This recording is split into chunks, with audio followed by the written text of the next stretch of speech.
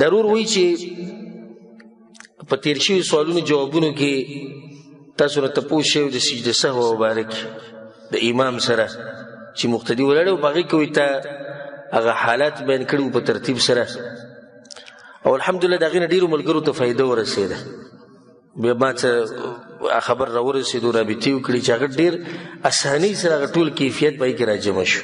نو ډېرو ملګرو ځان سره لیکلي هم دي او بیا مخې ته ملګرو ته بیان کړي هم دي. خو دا مسله چې وایي تا په هغې کې ویلي دي چې که امام مخکې سجده سهو د سلام ګرځولو نه مخکې ولګوي او که امام سجده سهو د سلام ګرځولو نه بعد ولګوي، نو دغه حالات موږ ته بیان کړه چې کم وخت کې به سجده سهو د سلام نه مخکې او په کم وخت کې به وروسته. دا ښکلی سوال دی.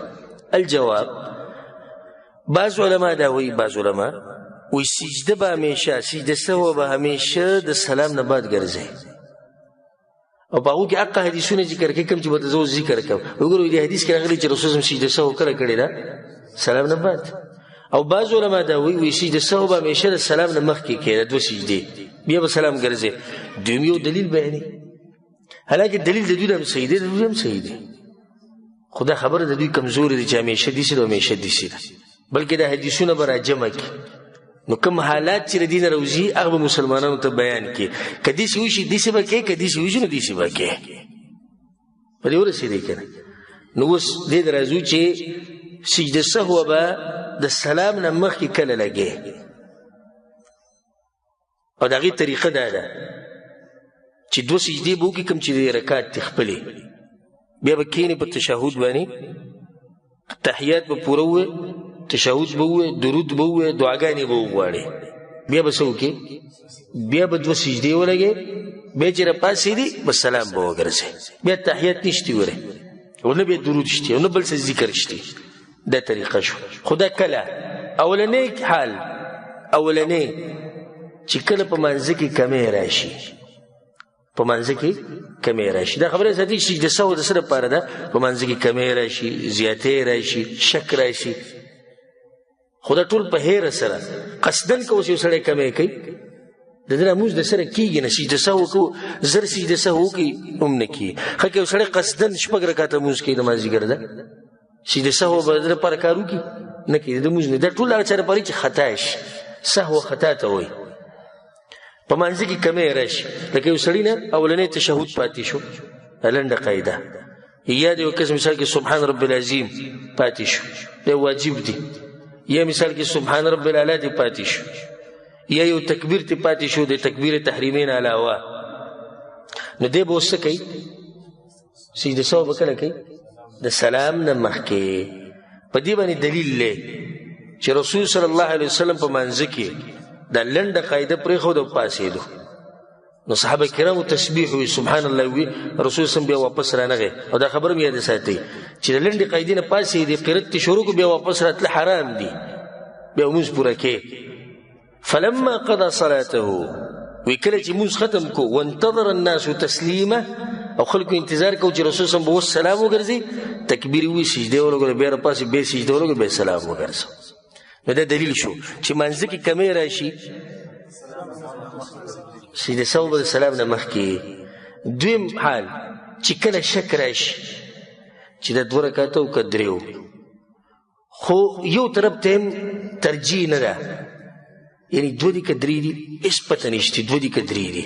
رسول صلی دا طریقه خو ولې ده چې دوه شو، ځکه چې دا کم یقیني دی او زیاتي څه دی؟ دا شکي دی.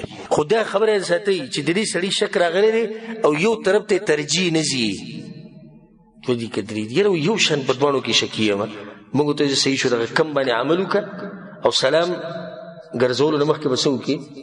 سجده سهو به ولګي. په دې باندې دلیل په صحیح مسلم کې دی، رسول صلی اذا شک احدکم فی صلاته، تاسو کې چې سړی مانځه کې شکي شي، څلورې کړي که درې کړي دي، شک یې خو غوزار کړي، کم چې یقیني دی په هغې دې عمل وکړي. ثم يسجد سجدتين قبل ان يسلم. دا دوه حالات شو.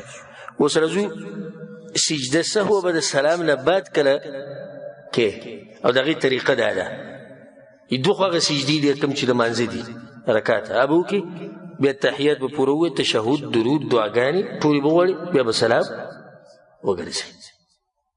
دا طریقه ګوره نشته، دا په صحیح حدیث کې نه راغلي چې نیم التحیات به ووایې یا یو طرف ته به سلام وګرځي، دا نشته. دواړو طرفونو ته به سلام وګرځي، دواړو ته، او بیا به 2 سجدې وکړي، بیا چې راپاسې بیا به څه وکړي؟ بیا به سلام وګرځي. بیا ګوره تحیات نشته، نه دی طریقه شو. خو کله به داسې کوو چې کله په مانځه کې زیاتې راشي، لکه یو سړي په یو رکعت کې 2 رکوګانې ولګولې، یو سړي په یو رکعت کې 3 سجدې وکړې، یو سړی 5م رکعت ته پاسې بیا ورته رایاد شو، دی به سجده سهو کله کوي؟ سلام ګرځول نه بعد. دلیل په هغې باندې دا دی چې رسول صلی الله علیه وسلم یو پیر د ماسپښینې لمونځ وکړو او 5م رکعت ته پاسېدو.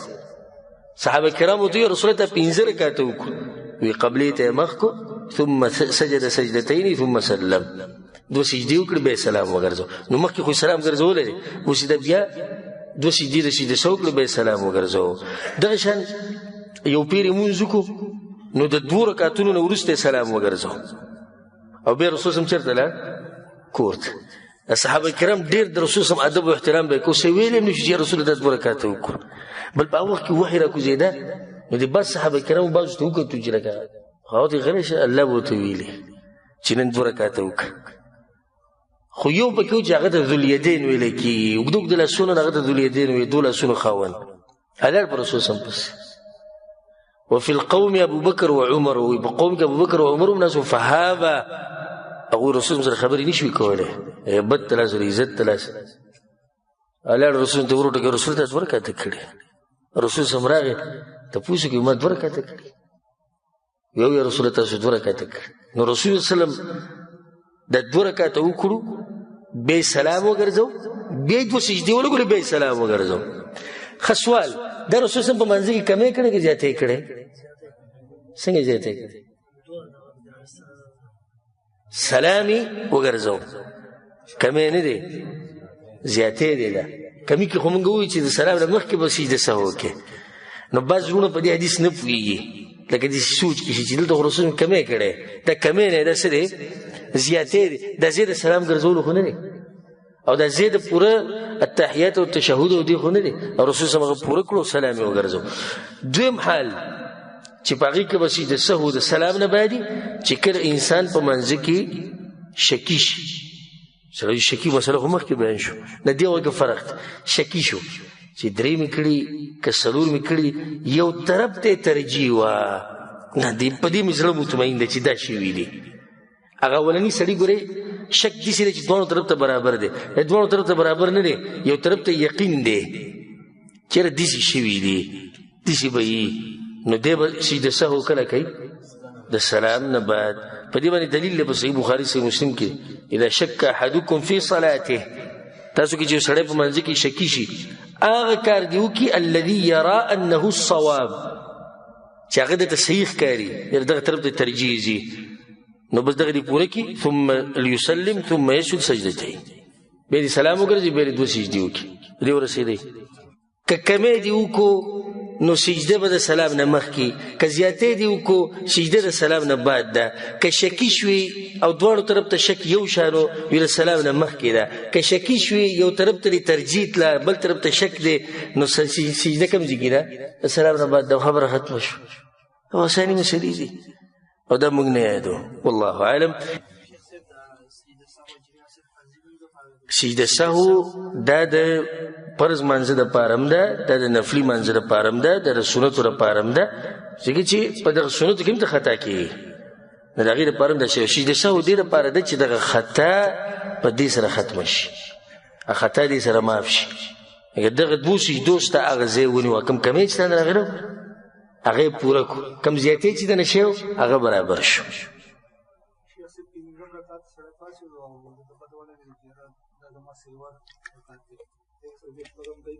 دا سوال باندې یو پیر مخکې مې شوی او دا د عوامو ته چا دا مسله ښوولې ده داسې چې 5م رکعت ته پاسېدې او تا ته پته وي چې 5م ته پاسې اوس سره 6م وکړه، لکه ښه قصدن همدنې پوره کړه، دا عقل هم نه مني. خو دا غلطه طریقه ده که نه؟ رسول صلی الله علیه وسلم حدیث موجود ته پته ولګي چې 5م رکعت یې کړی چې چلې وکړو سجده سهو وکړه شپږم وکړو شپږم نه دی کړی نو یو سړي ته پته ولګي چې زه اوس ولاړ یم پنځم رکعت یو خطا دی زه اوس ولاړ یم الحمدلله رب پته نشته ما یو کس وایي سبحان الله ته ګوره په پنځم رکعت اوس ما ته پته ولګي پنځم بیا مو نه کوي زه او سید الله ویلي سلو خو زه پنځه کوم رسول صلی ویلي سلو ده ته قصدن هم درکې ټول موږ دي خرابي نو چې پنځم رکعت ته پاسې دي او ته پته ولګي چې زما زیاتې دي په قضیه وکینې او دغه به ویلا تشهد التحیات دا به وي او بیا به څه چلو کې سجده به کله لګي سلام به وګرځي بیا به څه وکړي بیا به دوه سجدې ولګي او بیا به سلام وګرځي او که امام نه کینی لکه اوس داسې امام چې سړی له فتح ورکړي او پنځم رکعت کې دی نه کینی نو مقتدي به تابعداري کوي که نه به یې کوي